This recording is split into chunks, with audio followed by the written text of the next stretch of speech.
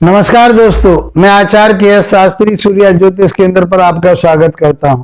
मित्रों, आज हमारी जो चर्चा रहेगी वो वृश्चिक राशि वाले जातकों के लिए रहेगी कि वृश्चिक राशि वाले जातकों के लिए अप्रैल 2024 का महीना किस प्रकार का जाने वाला है। ये ग्रह गोचर आपके लिए क्या देगा, बहुत आसान तरीके से समझते हैं।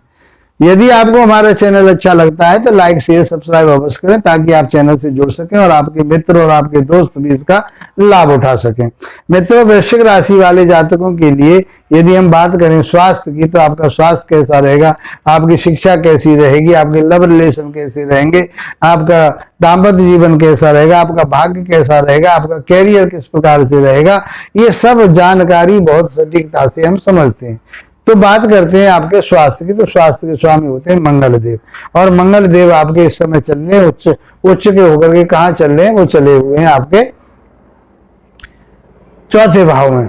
तो चौथा भाव होता है भूमि भवन वाहन का होता है, जनता का होता है, माता का होता है। तो यहाँ बैठ करके आपका स्वास्थ्य तो ये बढ़िया कर रहे हैं उच्च के, तो आपके अंदर एक पावर रहेगी, एक हिम्मत ताकत पराक्रम आपके अंदर कूट कूट के बना रहेगा। आपकी इम्यूनिटी सिस्टम बहुत अच्छा रहने वाला, तो आपके लिए हेल्थ की तरफ से तो निश्चिंत हो जाना चाहिए, आपके ऊपर किसी प्रकार का कोई प्रभाव नहीं आ रहा है। अब बात करते हैं हम आपके शिक्षा की। तो शिक्षा के को हम देखते हैं पंचम भाव से। तो पंचम भाव में कौन कौन से ग्रह बैठे हुए हैं? पंचम भाव में राहु बैठे हुए हैं, सूर्य बैठे हुए हैं और शुक्र बैठे हुए हैं। तो पंचम भाव से हम देखते हैं आपकी संतान देखते हैं, पंचम भाव से शिक्षा देखते हैं, ज्ञान विवेक आपका देखते हैं, लव रिलेशन आपके देखते हैं, शेयर मार्केटिंग हम यहाँ से देखते हैं। तो मित्रों, यहाँ पर यदि आप शेयर मार्केट में पैसा लगाना चाह रहे हैं तो बिल्कुल लगाइए, लेकिन लॉन्ग टर्म वाला पैसा लगाइए, शॉर्ट टर्म में नहीं लगाएंगे। आपके लिए राहु देव यहाँ बैठ करके कुछ न कुछ तो देंगे ही देंगे, सूर्य देव भी आपके लिए देंगे, क्योंकि लाभ के आपके कर्म क्षेत्र के स्वामी हैं। तो आपको ऐसा काम कराएंगे जो आपके लिए लाभ प्राप्त होगा। तो शिक्षा आपकी बहुत उन्नति वाली होने वाली है, शिक्षा आपकी अच्छी रहेगी। और शिक्षा कोई कंप्यूटर से संबंधित है, मेडिसिन से संबंधित है, कोई ऐसे उससे संबंधित शिक्षा जो टेक्नोलॉजी से जुड़ी हुई शिक्षा है, तो वो आपके लिए बहुत अच्छा प्रभाव देने वाली है। इसी प्रकार से कोई परेशानी नहीं, गर्भवती स्त्रियों के लिए तो संभल करके चलना पड़ेगा, क्योंकि 14 अप्रैल तक सूर्य देव यही पंचम भाव में चलेंगे और 25 अप्रैल तक शुक्र देव भी यहीं पर रहेंगे। तो इसीलिए इस समय फिर ये उच्च के होकर के छठे भाव में चले जाएंगे, तो वो भी अच्छा समय नहीं माना जाएगा। छठे भाव में जाना, उच्च के चले जाएंगे, कंपटीशन की नौकरी के लिए तो बढ़िया रहेंगे, लेकिन आपके लिए संतान के लिए 14 तारीख तक तो आपको बहुत सोच समझ करके चलना पड़ेगा, सोच समझ के रहना पड़ेगा, कहीं गर्भपात ना हो जाए, कोई परेशानी आपके ना हो जाए। लव रिलेशन में भी आपको ऐसे आर्गुमेंट ना करें, ऐसी भाषा ना बोलें, क्योंकि आपको भटकाएगा, राहु भटकाएगा आपको। जब भटकाएगा और 11वें भाव में बैठे हुए हैं केतु, अहम की भावना देगा, तो आप अहम में आकर के कुछ भी उल्टा सीधा बोलेंगे और अपने आप का अपना वर्चस्व बहुत ज्यादा बढ़ा चढ़ा करके रहेंगे, तो हो सकता है कि आपके लव रिलेशन पर इसका प्रभाव पड़े, नेगेटिव प्रभाव पड़े। तो इसलिए आपको ऐसे आर्गुमेंट से बचना है जो आपके लव रिलेशन में दिक्कत पैदा करे। मित्रों, शिक्षा आपकी अच्छी रहने वाली है।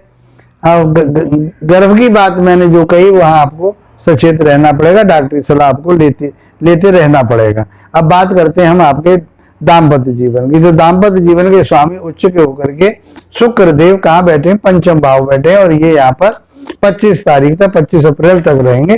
तो कोई परेशानी नहीं आपके लिए। तो दाम्पत्य जीवन तो आपका बढ़िया रहने वाला है।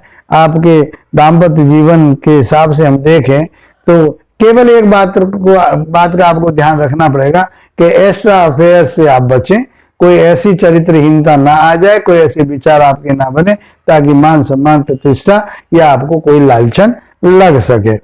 हाँ, व्यापार आपका अच्छा चलेगा, कोई परेशानी नहीं है। आपके पार्टनरशिप अच्छी चलेगी, कोई परेशानी नहीं है। आर्गुमेंट से बच के रहना पड़ेगा। बात करते हैं हम आपके भाग्य की। तो भाग्य के स्वामी चंद्रमा बनते हैं, चंद्रमा की तरह आपका भाग्य उज्जवल हो रहा है, चमक रहा है। और आपके हिसाब से चंद्रमा बहुत अच्छा माना गया है 9वें भाव का स्वामी है। तो आप धार्मिक यात्राएं करिए, धर्म से आप जुड़िए, आप शिव जी की आराधना कीजिए, तो मैं समझता हूं कि भाग्य आपका पूरी तरह से साफ देगा। कैरियर की बात करते हैं तो आपके कर्म क्षेत्र के स्वामी जो बनते हैं वो बनते हैं सूर्यदेव। और सूर्यदेव कहाँ चल रहे हैं? 14 तारीख तक चलेंगे पंचम भाव में। तो केंद्र के स्वामी का त्रिकोण में जाना शुभ माना गया। बेशक राहु के साथ में वो ग्रहण दोष हो गया उनके लिए। तो आपके कैरियर में कोई ऐसा ग्रहण दोष ना लग जाए, कोई लालचन ना लग जाए कि आपके ऊपर कोई ऐसा लालचन लगे, कोई चाहे रिश्वत का हो, क्योंकि सूर्यदेव सरकारी नौकरी के कारक माने गए हैं, राजस्व के कारक माने गए। तो आपको कहीं सरकारी नौकरी आप करते हैं तो यहाँ पर सोच समझ करके चलना पड़ेगा, किसी प्रपंच में आपको नहीं फंसना, क्योंकि राहु के साथ सूर्य चल रहे हैं। 14 तारीख के बाद में फिर समझते हैं कि आप वो छठे भाव में चले जाएंगे, तो आपके लिए वहां जाकर के कुछ लाभ प्राप्त होगा और उन्नति तरक्की आपकी वजह से कर्जदार आप वहां हो सकते हैं। आप अपना जो पैसा है कर्जा के लेना चाहते हो, किसी काम के लिए, किसी व्यापार के लिए या किसी नौकरी के लिए आप ले सकते हैं, या अपना कोई व्यवसाय चलाने के लिए आप ले सकते हैं। तो आप उस समय लीजिए, कोई परेशानी नहीं रहेगी। 14 तारीख तक आपके लिए थोड़ा सोच समझ करके 14 तारीख तक तो आपको बहुत अच्छी तरह से चलना ही पड़ेगा, कोई परेशानी नहीं है। 14 तारीख तक आप गेन करेंगे, उन्नति है, बुद्धि विवेक ज्ञान आपका भटकाव नहीं लाना केवल मात्र आपको, तो आपका प्रोफेशन बहुत अच्छा रहेगा।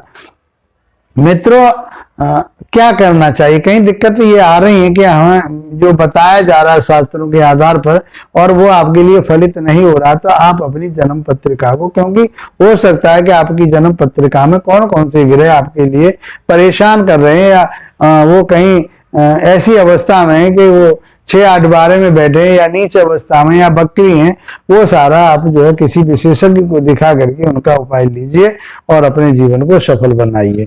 मित्रों इस पीरियड में आपकी उन्नति हो, तरक्की हो।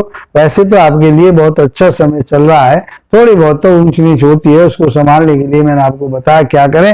हनुमान चालीसा का पाठ करें और उसके साथ साथ भगवान भोलेनाथ की आराधना करें, तो मैं समझता हूं तो आपका जो समय है ये बहुत अच्छा रहने वाला है। इसी के साथ आप लोगों का धन्यवाद, नमस्कार।